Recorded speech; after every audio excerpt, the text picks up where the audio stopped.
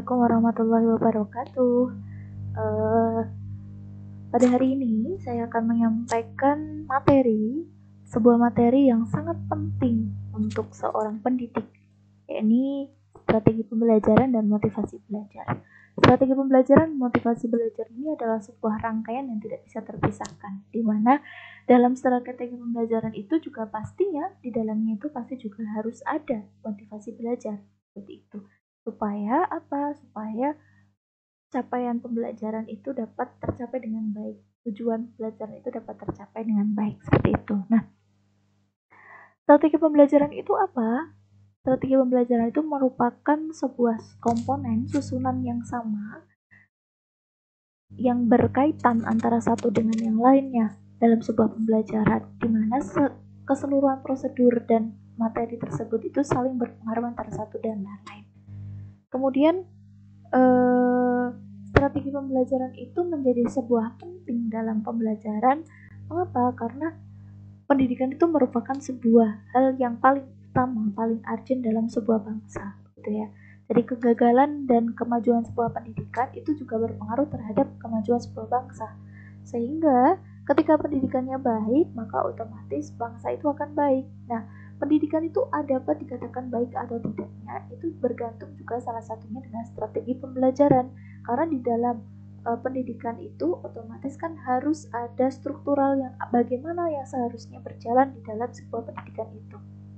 Nah, karena pendidikan itu di dalamnya ada sebuah bentuk-bentuk pembelajaran, sehingga di dalam pembelajaran, rangkaian pembelajaran itu harus ada sebuah strateginya, begitu. Nah, tujuan strategi sendiri itu ada beberapa jenis. Yang pertama adalah memberikan rumusan acuan kegiatan pembelajaran, mencapai tujuan pembelajaran tentunya, yang nantinya berfokus pada pencapaian tujuan pendidikan sendiri dalam sebuah bangsa itu, menarik minat belajar dari peserta didik, yang terakhir adalah memotivasi, mendorong, dan menggerakkan, membimbing, kemudian mengarahkan peserta didik untuk mencapai tujuan yang diharapkan, kembali lagi seperti itu.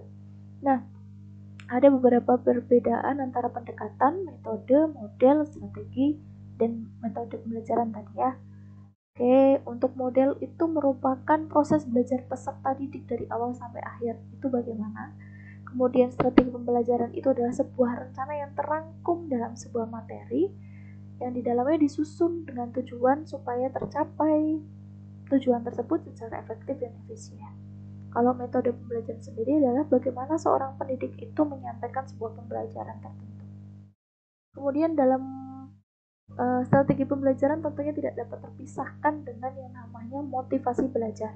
Mengapa demikian? Karena dalam mencapai sebuah tujuan pembelajaran tertentu itu pastinya harus ada efektif dan efisien. Nah, untuk menyampaikan, untuk sampai pada titik efektif dan efisien tentunya harus ada hasil yang baik seperti itu. Nah, hasil yang baik ini tidak mungkin tercapai kalau dalam pembelajaran tidak ada sebuah motivasi belajar. Kalau siswa tidak memiliki motivasi dalam belajar, maka tujuan yang diharapkan ini tidak mungkin tercapai. Sehingga motivasi belajar di dalam perguruan tinggi ini sangat penting. Nah, motivasi belajar ini terdiri dari beberapa jenis. Yang pertama ada memberi angka. Memberi angka ini dapat diartikan sebagai pemberian nilai. Yang kedua dapat memberi hadiah, ya. Kemudian yang ketiga adalah dapat berupa sebuah kompetisi. Yang keempat adalah dapat berupa ego environment, yang kemudian memberi pujian. Oke. Nah, saya akan menjelaskan satu persatu. Untuk memberi angka ini nilai, kemudian memberi hadiah. Ini memberi hadiah tidak selalu berupa material, bisa juga kita memberikan pujian, atau kita memberikan untuk anak-anak peserta didik yang SD atau mungkin anak-anak ya, masih usia anak-anak. Itu biasa kita memberikan pujian dengan cara memberikan hadiah bisa dengan cara ungkapan-ungkapan dorongan ya, ungkapan-ungkapan konstruktivis, gitu kan. Kita bisa wah hebat seperti itu, atau kita bisa memberikan sebuah sentuhan untuk anak-anak tertentu.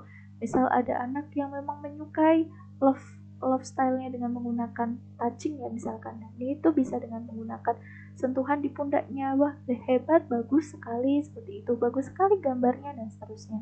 Kemudian untuk Kompetisi di sini artinya seorang pendidik itu harus mampu menciptakan sebuah lingkungan yang siswanya itu memiliki pandangan bahwa di dalam kelas ini saya juga memiliki kemampuan yang sama seperti yang lain, seperti itu. Sehingga saya harus memiliki kemampuan yang lebih menonjol daripada yang lain untuk meningkatkan atau untuk sampai pada tujuan pembelajaran tertentu, seperti itu. Nah, bagaimana cara mencetak motivasi dengan melalui kompetisi? Bisa kita menggunakan sebuah permainan, games, dan sebagainya. Kemudian ego environment ini dapat ditingkatkan ketika seorang guru itu membuat sebuah pendidikan atau membuat sebuah pembelajaran yang mendorong siswanya secara sadar mereka bahwa apa yang mereka kerjakan, pendidikan yang sedang mereka jalani saat ini itu adalah untuk kepentingan mereka sendiri tanpa harus perlu adanya sebuah dorongan kewajiban. Tuh. Kemudian yang memberi pujian itu juga termasuk bagian dari pemberian hadiah. Tuh. Nah, selanjutnya di sini strategi yang digunakan selain memotivasi belajar, kita juga dapat meningkatkan kepercayaan diri siswa atau peserta didik. Yang pertama adalah memperbanyak pengalaman berhasil mahasiswa. Dapat kita ceritakan success story mahasiswa tertentu yang sukses atau tokoh-tokoh tertentu yang sukses, seperti itu ya. Kemudian dapat mengelompokkan bagian-bagian kecil mahasiswa ke dalam sebuah bentuk kelompok-kelompok kecil, tidak selalu dalam lingkungan besar, tapi dapat kita kelompokkan dalam sebuah kelas-kelas diskusi kecil supaya mereka lebih pede dalam menyampaikan pendapat mereka. Yang ketiga adalah memungkinkan kontrol keberhasilan di tangan mahasiswa. Jadi penilaian tidak selalu berada di tangan dosen atau tangan pendidik. Di mahasiswa ataupun siswa dapat diberi kesempatan supaya mereka dapat menilai diri mereka sendiri dan mereka memiliki standar yang sama dengan teman-teman yang lain, seperti itu.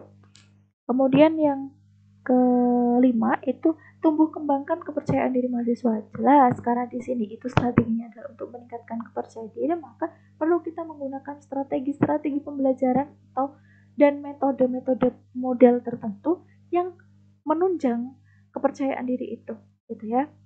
Kemudian memberikan umpan balik yang konstruktif, yaitu memberikan respon yang baik, yang membangun, seperti itu. Nah, kemudian yang akan saya sampaikan terakhir adalah tuntutan belajar di perguruan tinggi ini terdiri dari beberapa jenis ya. Yang pertama, bahwa pendidikan tinggi itu merupakan sebuah prinsip sepanjang hayat. Artinya apa?